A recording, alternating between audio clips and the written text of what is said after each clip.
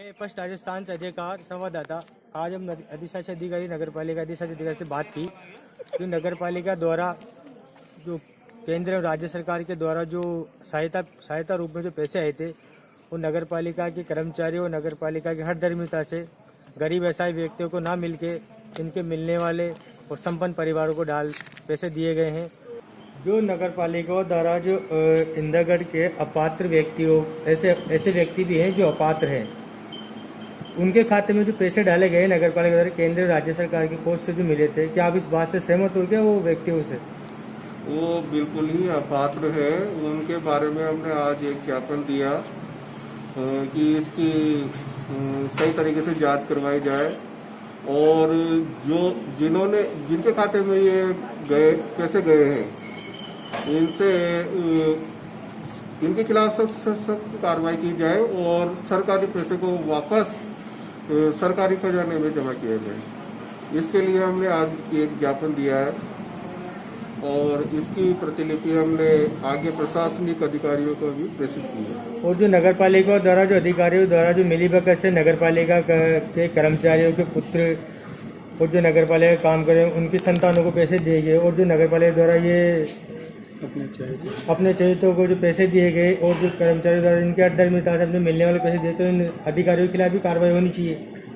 बिल्कुल, इसके लिए हमने ज्ञापन इसी की वजह से दिया है कि भाई इनका दोबारा से सर्वे किया जाए और जो भी इस दोषी है उनके खिलाफ कार्रवाई की जाए।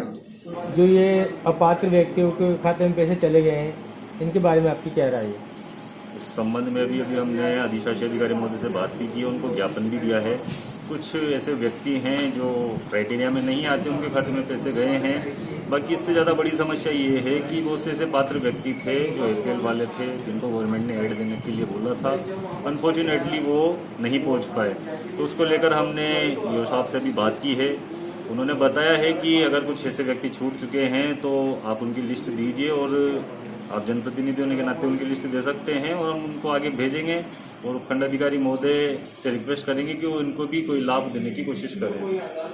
ईओ साहब द्वारा आपसे ये भी कहा गया था कि एक व्यक्ति को एक ही लाभ मिल सकता है, लेकिन बहुत से इसमें ऐसे व्यक्ति हैं जिनको डबल लाभ मिल रहा है।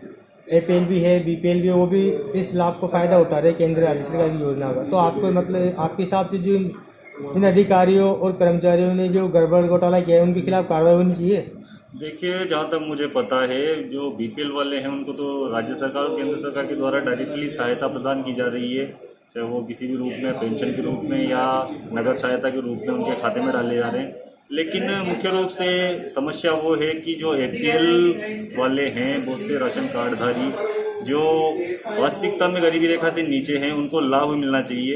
इसी को लेकर हमने अभी अधिशासी अधिकारी से मीटिंग की है। और नहीं, जैसे अभी आपने बोला भाई खाद्य सुरक्षा या BPL वालों को डायरेक्ट राज्य सरकार से सहायता मिल रही है, बिल्कुल, फिर भी जो अभी सूची है राज्य सरकार केंद्र सरकार की सूची में, फिर भी उन लोगों का नाम है जो BPL हैं, गवर्नमेंट सहायता ले रहे हैं, फिर भी उन लोगों का नाम है। तो उनके बारे में आपका क्या कहना है? अगर ऐसा है तो उसके लिए भी हमने ज्ञापन दिया है कि अगर कुछ लोग अगर ऐसे हैं जो ऑलरेडी अगर किसी सहायता को प्राप्त कर रहे हैं सरकार द्वारा, तो जो इनका क्राइटेरिया है वो ये है कि अगर कोई पेंशन का लाभ ले रहा है तो अगर BPL में भी है तो उसको अन्य नगद सहायता प्राप्त नहीं होगी। तो अगर इस तरीके का कुछ है तो उसके लिए हमने ज्ञापन दिया उनको और उनसे कार्रवाई की मांग की है कि अगर ऐसा कुछ है तो उन पर कार्रवाई की जाए जल्द से जल्द। जैसे अभी आपको नगर पालिका में जानकारी दी गई केवल जो पात्र व्यक्ति हैं, कोई गवर्नमेंट सहायता नहीं ले रहा है, इसी का लाभ मिलेगा गवर्नमेंट का। बिल्कुल, उसके बावजूद भी लोगों को लाभ मिल रहा है। नहीं, बिल्कुल, अगर ऐसा है तो उनपे इसीलिए हमने अभी ज्ञापन दिया है और अधिशासी अधिकारी जी से मांग की है कि इन पर कार्रवाई की जाए।